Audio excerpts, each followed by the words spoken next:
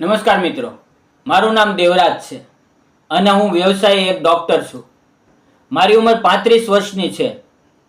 હું વર્ષોથી એકલો જ રહું છું અને મારો મોટા ભાગનો સમય દર્દીઓની સેવામાં જ વિતાવું છું. મિત્રો, દર રવિવારે મારી હોસ્પિટલ બંધ હોય છે ત્યારે હું શહેરના એક સરકારી વૃદ્ધાશ્રમમાં વડીલોની મફત તપાસ કરવા માટે જતો હતો. ત્યાં રહેતા વડીલોને દવાઓ આપવી અને તેમની સાથે થોડો સમય વિતાવવો એ મારો નિયમ હતો. એક રવિવારે સવારે હું વૃદ્ધાશ્રમ પહોંચ્યો ત્યારે મેં ત્યાં એક નવી યુવતીને કામ કરતી જોઈ. અંદાજે 28-29 વર્ષની એ બહુ સુંદર યુવતી એક માજીને વ્હીલચેર પર બેસાડીને તડકામાં લઈ જઈ રહી હતી. તેના ચહેરા પર ગજબની નમ્રતા અને શાંતિ હતી. પૂછપરછ કરતાં ખબર પડી કે આશ્રમના સંચાલકે જણાવ્યું કે તેનું નામ સુમન છે અને તે થોડા મહિના પહેલાં જ અહીંયા સેવિકા તરીકે જોડાઈ છે. તે દિવસ રાત જોયા વગર આ વડીલોની પોતાના સગા મા બાપની જેમ સેવા ચાકરી કરે છે. થોડા અઠવાડિયા સુધી હું તેને જોતો રહ્યો. સુમન વડીલોના કપડાં ધોવાથી માંડીને તેમને પોતાના હાથે જમાડવા સુધીનું બધું જ કામ બહુ જ ખુશી ખુશી કરતી. એક દિવસ બપોરે આશ્રમમાં એકાએક એક વડીલની તબિયત બહુ બગડી ગઈ. સુમને તરત જ મને ફોન કર્યો. હું બધું કામ છોડીને ત્યાં પહોંચ્યો. મેં જોયું તો સુમન એ વડીલનો હાથ પકડીને ધ્રુજતા અવાજે ભગવાનને પ્રાર્થના કરી રહી હતી અને તેની આંખોમાંથી આંસુ વહી રહ્યા હતા. મેં તરત જ એ વડીલની સારવાર શરૂ કરી અને સદભાગ્યે અડધા કલાકમાં તેમની તબિયત સુધરી ગઈ. આ બધું પત્યા પછી સુમન બહુ જ ભાવુક હતી. તેમણે બંને હાથ જોડીને કહ્યું, ડૉક્ટર સાહેબ, તમારો ખૂબ ખૂબ આભાર.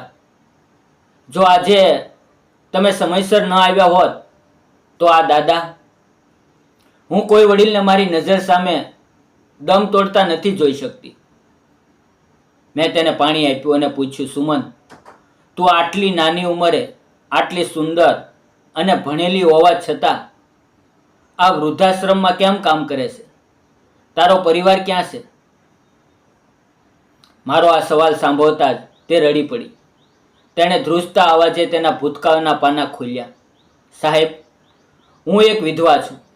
3 વર્ષ પહેલાં મારા લગ્ન થયા હતા, પણ લગ્નના એક જ વર્ષમાં મારા પતિ એક ગંભીર બીમારીમાં મને છોડીને ચાલ્યા ગયા. તેમને ગયા પછી મારા સાસરિયાના લોકોએ મને અપશુકનિયા કહીને ઘરમાંથી કાઢી મૂકી. મારા પિયરમાં પણ કોઈ નહોતું. જ્યારે હું સાવ નિરાધાર થઈ ગઈ ત્યારે મને આ વૃદ્ધાશ્રમનો આશરો મળ્યો. આ અનાથ વડીલોમાં જ મને મારા મા બાપ દેખાય છે અને મેં મારી આખી જિંદગી આ વડીલોની સેવામાં જ સમર્પિત કરી દીધી. આ સેવા જ હવે મારો એકમાત્ર સહારો છે.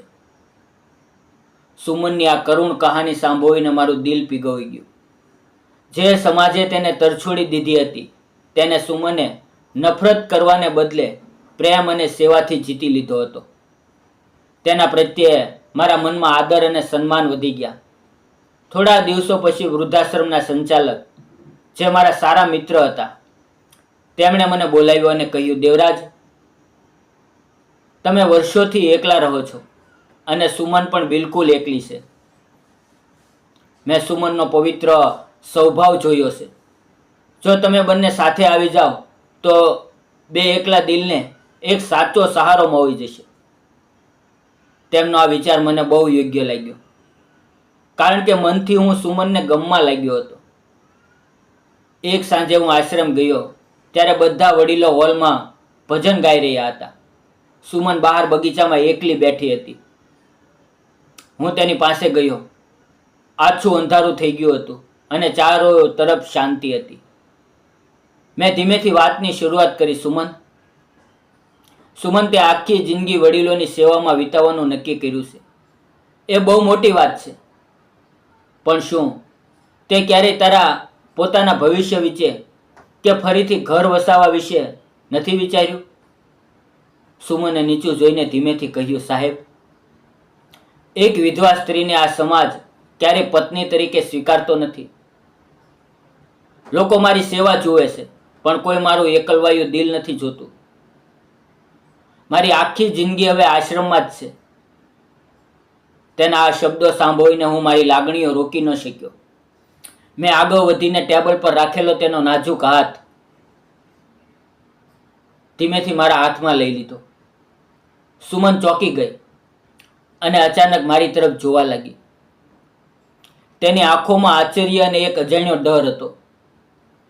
મેં ખૂબ જ ભાવુક થઈને કહ્યું, સુમન, જો આ સમાજ તને ન સ્વીકારે તો કાંઈ નહીં, પણ હું તને પૂરા સન્માન સાથે મારી પત્ની તરીકે સ્વીકારવા તૈયાર છું.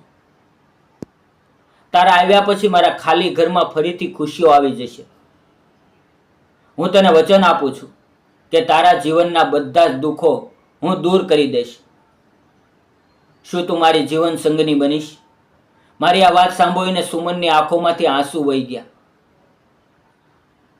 તેણે પોતાનો હાથ મારા હાથમાંથી છોડાવ્યો નહીં, પણ વધુ મજબૂતીથી થામી લીધો. તે રડતા રડતા બોલી, ડૉક્ટર સાહેબ, તમે બહુ જ ઉદાર છો. મને આખી જિંદગી બસ એક સાચા સહારાની જરૂર હતી, જે આજે તમારી અંદર દેખાય છે. હું તમારી સાથે નવું જીવન શરૂ કરવા તૈયાર છું. મિત્રો, બીજા જ અઠવાડિયે અમે વૃદ્ધાશ્રમના બધા જ વડીલોની હાજરીમાં તેમના આશીર્વાદ લઈને બહુ સાદગીથી મંદિરમાં લગ્ન કરી લીધા. વડીલોની આંખોમાં અમારા માટે જે હરખના આંસુ હતા, તે કોઈ મોટી જાન કે બેન્ડવાજા કરતાં પણ વધુ કિંમતી હતા. આજે સુમન મારા ઘરની લક્ષ્મી બની ગઈ છે અને અમે બંને બહુ જ ખુશ છીએ.